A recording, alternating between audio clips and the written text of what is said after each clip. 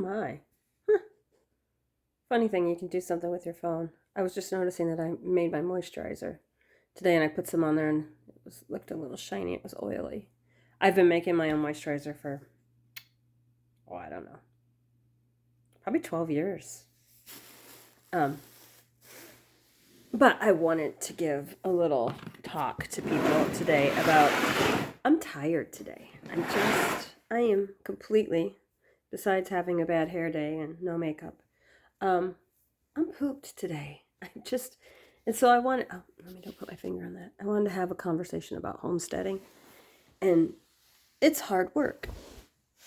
And I'm one of those people who scoot across the floor instead of getting up. That way I can lean against the back of the couch while I wrap these presents. Scoot this down. See, this is what I've got to do today. The STEM kids made a Christmas village, so a lot of their artwork goes on these. So I have to wrap these boxes in green construction paper, and then I glue their drawings onto it. I draw they did a Santa's workshop. I think there's reindeer over there. There's houses, gingerbread houses. And then the rest of them I put on other pieces of construction paper and I'm hanging them on the wall in the hallways so they have their own little Christmas village. They love to come in and look for their work. And I was teaching them the concepts of building a community. So we did a little thing about what kind of things are in communities, what kind of houses. Are they just houses? Do you have, what all is in a community? Kind of a social studies, which isn't really supposed to be STEM, except for it's engineering a community. So I kind of squished it all up together and made a nice little activity for them to do. So anyway, back to me. I'm tired. I am tired. And homesteading's hard. And it's especially hard.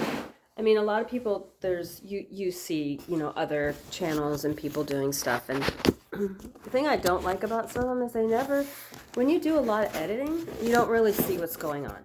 You don't get the whole picture of what's going on in the world or in their world. My husband's retired, so he has a small pension. And then I work full-time. I'm a teacher. So I work Monday through Friday, and then I homestead Saturday and Sunday. And so I get up at 4 a.m.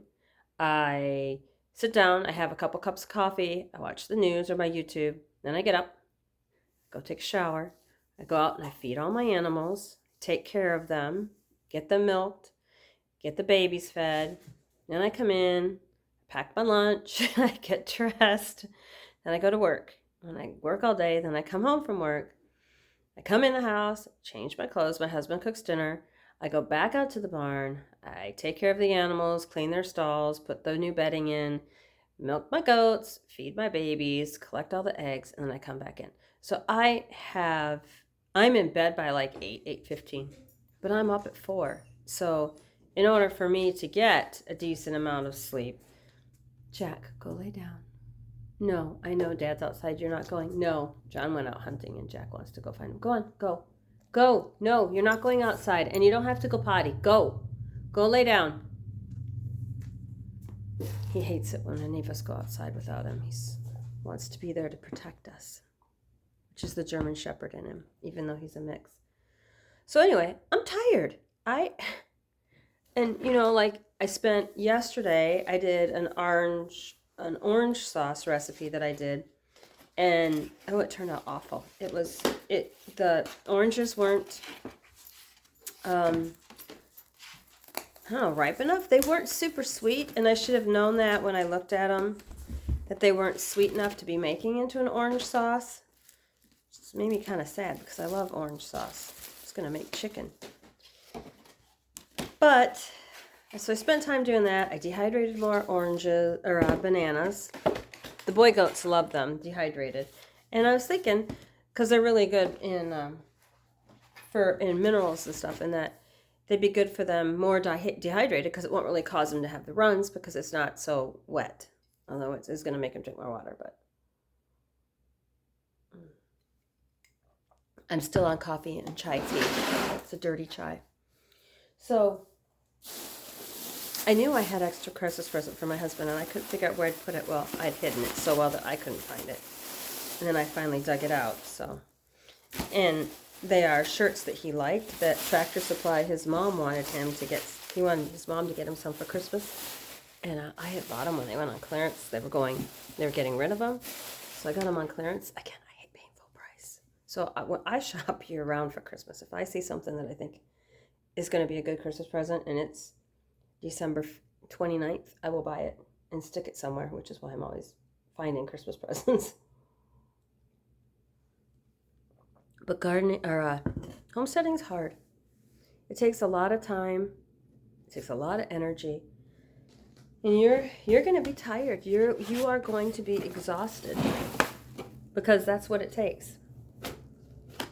It takes tons and tons of energy. I don't know that I would do it if I wasn't teaching, only because I know I'm going to have the summer off.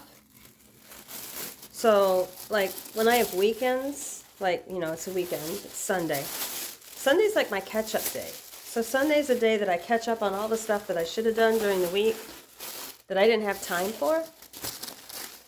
And I watch, like, these other people doing their homesteading stuff, and I'm like, man, I wish I could stay home, but I can't afford to stay home. Everything keeps going up, and my pay's not going up, that's for sure. Not at all. It'd be nice if my pay went up as fast as inflation. I'm just looking forward to paying my car off. Because I didn't have a car payment for a while. Oh, I love not having a car payment. I don't love driving around a junker. But I dislike that. How would you say that? I dislike that less than I dislike making a car payment, if that makes sense. So my husband's like, we could trade it in. And I'm like, I'm driving it till it won't run anymore, until it rusts through. Or so if you rear end me and total out my car after it's paid off, I'm going to be pretty upset. I gotta say, I'm not, because the insurance company is not going to give you what what it's going to cost to replace it. That's just not. Only once did they do that, and that was when I was rear-ended in Texas, when I was pregnant with my daughter. I was rear-ended, and they paid us the replacement value of our, that was a Chevette at the time. I was pregnant with her, so it had to have been, she was born in May, so it had to have been in, like, fall of 90. Is that about right? Well, maybe it was still summertime. But anyway, as I go down memory lane and start talking about stuff you don't care about. So if you're thinking about getting into homesteading, I want you to know it's hard work. It's not, there's a lot of joy in it. There's a lot of feeling good about what you've done. Feeling good knowing where your food is. It's nice knowing that you've got food, that if you can't get to the grocery store, it's okay. I know one thing I bought is our Joann Fabrics is going out of business, and that really, I always hate when I see businesses going out of business. It reminds me too much of when I grew up near Detroit, and when people started fleeing and the economy tanked, and starting to watch all the empty storefronts in the shopping center by where I live. It was sad. It was really sad. People have jobs there, and it's just not the same. Buildings are all empty. Crime moves in. Yeah, it's not the same. But when I was at Joann's, I had gave myself more work to do because they had, everything's like 30-40% off. So I grabbed a bunch of white terry cloth because I told my husband, I said, I'm done buying paper towels. Because he uses them like, I could use 3 paper towels and he'll grab like 10 for the same spill.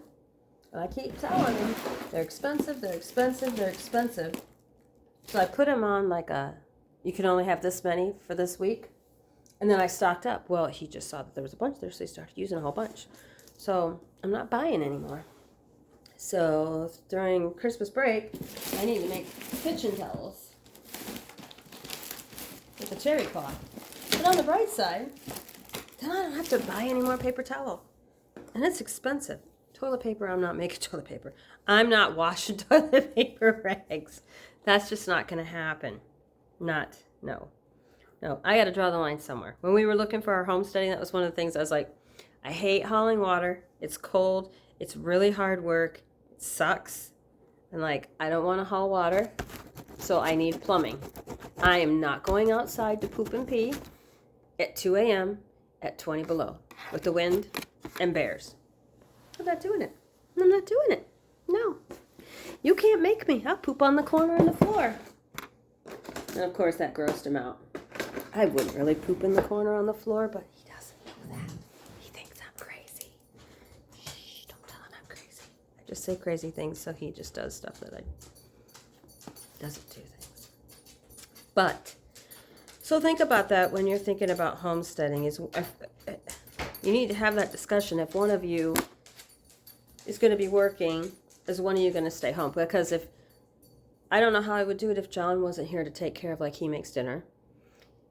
He does the snow plowing. He does the mowing. What else does he do? He does the cleaning of the house. He does laundry. He does, some of that kind of stuff. I wonder if he's coming back. He does a lot of that stuff. So don't get discouraged, but just know that it's hard work. You're gonna, oh, I still have a mark from where that's where I hit my goat and I tried to put our heads at the same spot, and that's where the horn hit me. I don't have a black eye anymore, but I got a nice little spot. It's still kind of sore to touch. Still swollen, too. So, I don't know. Maybe my brain's swelling now. That would explain how. Doodle, get away from there. The squirrel's probably over there, and they're having a cow about the squirrel being there. So think about that when you're homesteading. That it's a lot of hard work. It is extremely rewarding, intrinsically rewarding. You're not going to get rich homesteading. No, you're going to spend a lot of money, and there's going to be times when you're like, oh my God, how are we going to pay for all this? There's going to be times when you worry about your future. You're going to worry about all sorts of, do we have enough feed for the winter? Do we have enough this for the winter? Do we have enough, and maybe you're down south where the winters aren't so cold. The only nice thing about the south, being up here in the north right now, is like we can go outside when it's not so cold. There's no bugs, there's no snakes, it's nice. And it's not so bad. We get really cold stretches, like a week of, super cold, a couple weeks super cold.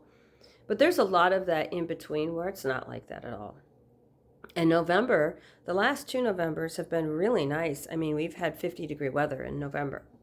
So, you can graze from, my horses are out digging for grass. I don't know why. They've got hay, but they don't want to. They want to go out and dig in the snow. I'm not going to stop them. If they want to go dig in the snow, then go dig in the snow. Not until it gets really deep. And some winters, the first winter we were here, the snow never got really, really deep. Now, last year we had more snow than the year before. But it's nice to have a little, downtime. And a lot of stuff when you first start homesteading is stuff that you won't have to do again, if that makes sense. Your permaculture, the orchard that I'm putting in. Although I keep adding to it. Each year I will add something to my permaculture. I don't see how you could be completely done with your permaculture ever, because there's always more things that you can grow. And my theory is if I don't use it all, I can find somebody else to give it to. Because there's food banks, there's churches, there's all sorts of places for that people, can use food. I don't have to can it. You can just call somebody up and say, hey, does anybody want this? And if you want, I used to do that when we lived in Washington. I'd call up people, say, I have peaches. I've got too many peaches. Does anybody, I had friends be like, do you want some peaches? I had a couple that for a couple of years, they froze them and they had smoothies all winter long off my peach tree. And I had plenty of peaches. My daughter had plenty of peaches. My daughter-in-law had plenty of peaches. Everybody had peaches. Everybody I knew got peaches. Took them to the horse place where we used to board our horses. Everybody got peaches from me. And they were really good peaches. But just try to remember in the back of your mind that it's not, some of the stuff you don't have to do again. And when you're building something or planning something, think about it that way too, to make sure that, like I was telling my husband, I wanted to make new canning jars, holders, shelves. And he's like, shelves. And I'm like, well, not really shelves. He goes, well, how am I going to connect them to the cement? I says, you're not. They're standalone. And so I have like those gorilla shelves that I got at Costco. They're the metal, but they've got the wooden plywood. Well, the problem was it gets so humid in there that before we had the humidifier put down there, that the particle board absorbed water and then it worked because the weight of the jars they're heavy. I mean, think about how much weight they carry with all those canned goods sitting on them.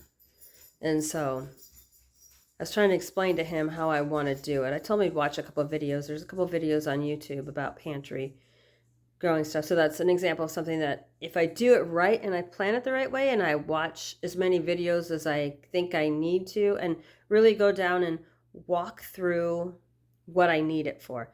So I know that there's a section I want that will have like hardware cloth on it instead of plywood because I want to be able to use it for storing squash, onions, potatoes, those kind of things that you need the airflow around them.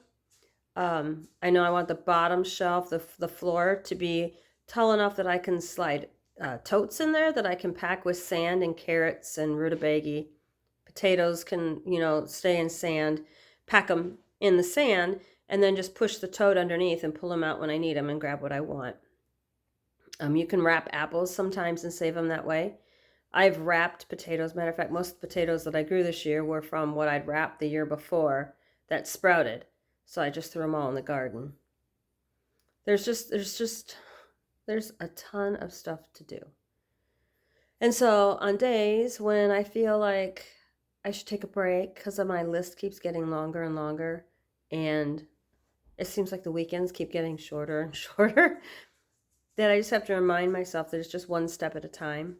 Because like today I spent time making that orange sauce and it didn't turn out. So I feel like I wasted part of a day. But I didn't really waste a day. I mean, I worked on it. I did get the banana chips done. I made rolls. We made seafood chowder. What else did we do yesterday? I was in the barn for a while. I cleaned out part of the closet. I'm trying to go through the spare room. We ended up just throwing stuff in the closet when we moved in. And I have been adding all my school supplies to that room. So it looks like really, really junky. I mean, like at first it was like a spare room where you could have a guest room. And now it's got a whole bunch of stuff in it that I need to get in the process of moving. And now that we've got a dehumidifier downstairs, I can move that stuff downstairs.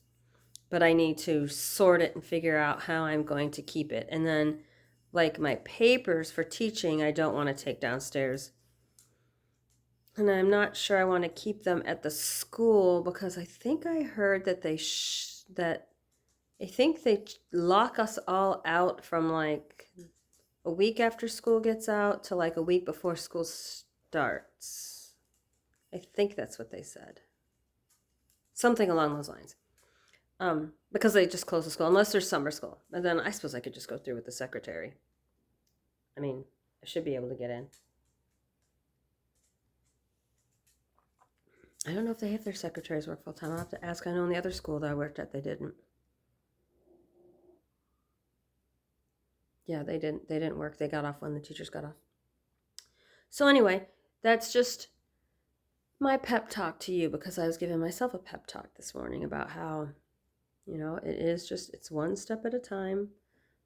If you don't get everything done this weekend, there's another weekend coming. And you know what? You just prioritize. Look at your list and see what's the most important part on your list. I did get one of the goat's feet trimmed. I have to wait for Stephanie to wake up so she can help me with the other goat foot. It's just easier with two people. It's really hard to do with a single person because, the dogs I've trained, they're much easier about just laying there so that I can lift their feet. I Dremel them. I don't cut the dogs' nails. I Dremel. I did that last weekend. I should probably do Phoebe again. She hates it. Oh, she runs and hides. She runs to her daddy. She tries to hide from her daddy.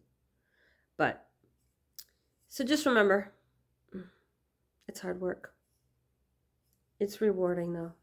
And I think that by the time I'm ready to retire from my full-time job, hopefully most of the hard work here will be done and I will kind of be more semi-retired, more retired than I would have been any other place, because I'll be able to, build off what I've been doing for the last few years. I mean, like I've got the trees, I got them wrapped this year, so hopefully there won't be hardly any damage. I got that one apple tree out there that we got the couple. I was going to cut it down because it wasn't producing anything, and I guess I didn't wait long enough because I didn't cut it down. I cut some pieces off and gave them to the goats, and then it bloomed last June. I didn't cut any more off, and then I think it was in September. I was looking at there and I go, "Are those apples on that tree?" John was like, "Yeah." I'm like, "Go get them, see what they look like. We'll see what they taste like."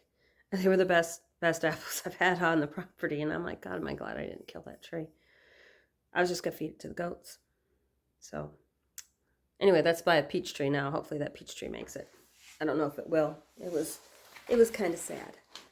But so have faith. If you're getting ready to homestead, seriously have that conversation about, what are our priorities going to be? Who's going to do what? Not that you can't switch it up. I mean, there are times when I come home from work and I do cook dinner, or there's something I really want that he doesn't make, and I'll say, I'll make dinner when I get home tonight. Of course, we don't eat till 7, but that is what it is. Otherwise, it can lead to some hurt feelings and some disagreements and arguments if you don't have it all figured out as to not so much whose role is whose, but who's going to pick up the workload on this and that and this and that. Because you're going to have a workload. I mean, yesterday I went out right before dinner, and I think I was in the barn. It just, when I go to the barn, I'm out there and I'm like, I just start working, and then next thing you know, I look up and it's been like 2 hours, and I'm like, holy crap. And there was stuff I did that I didn't have to do when I was out there. Like petting baby goats, or brushing horses, or picking up chickens and playing with the chickens, arguing with the geese because they're bossy. Yeah, but then I like being out in the barn, so that's my reward for going out and getting all of the work done. So I only have, I feel better already. Me giving you a pep talk made me feel better.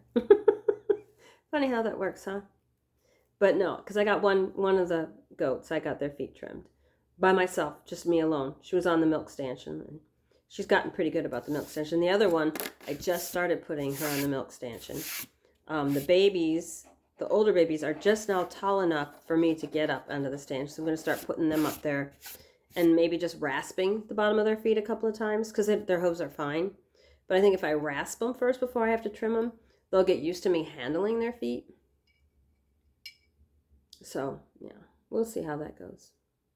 Rowan will be pretty good. I don't know about Evie. Bee's going to be a pain. Pip doesn't care. And the 3 new ones, who knows what they're going to be like when they're older. So I did meet a lady at the feed store who has goats, and she has frozen goat milk that I might be able to get, so I can stop buying the formula that I've got for the goats. And because the formula is really expensive, and the other mom isn't really producing much milk. I'm getting maybe a bottle out of her twice a day now, which 1 bottle twice a day, 2 bottles, is nowhere near enough for 3 babies. Nope. Nope. They'd be dead. But I will, now that they're starting to move around a lot, I'll go out and take a video. You can't really see their markings because we've got little coats on them. Because it's like 28 degrees out there today. That's Fahrenheit. So it's cold, and they're just not. So I'm kind of rambling, but I wanted to warn you that homesteading's hard work. Maybe I'll sit down one of these days, maybe over Christmas break, and jot down the stuff that we've done since we got here, what still needs to be done. We need to redo fencing. I've already redone the electric fencing, but the other side needs to be redone. Because the guy that was there before us, he barely covered the pointy part, so a T-post goes in, it's got the piece that goes across here that's angled up like a fish hook, and then the post goes up in the middle. Well, he barely got the tips under the ground. I mean, he pounded them in like this far. Look at that. What is that? 8 inches? No, no, no, no, no, no, no, no, no. For you're gonna have a 1,500-pound animal push on that, please. I went out. We were tearing down the fence, and I went out. What was I doing out there? But I was planting some trees, and I thought, well, I wonder how hard it would. How deep are these in? And I leaned on one a little bit, and it jiggled, and I pulled all of them out. And my husband goes, well, who did that? I go, I did. He goes, you pulled them out? I go, they weren't down. No. Go try and pull one and see how easy it was. He's like, oh, well, that's why you could do it. I'm like, well, thanks a lot for the, believing in me. But yeah, that is what I could do because they were only like 8 inches in the ground. They weren't down into the clay where they should be, and that would hold them in place. So there you go. Cheer up.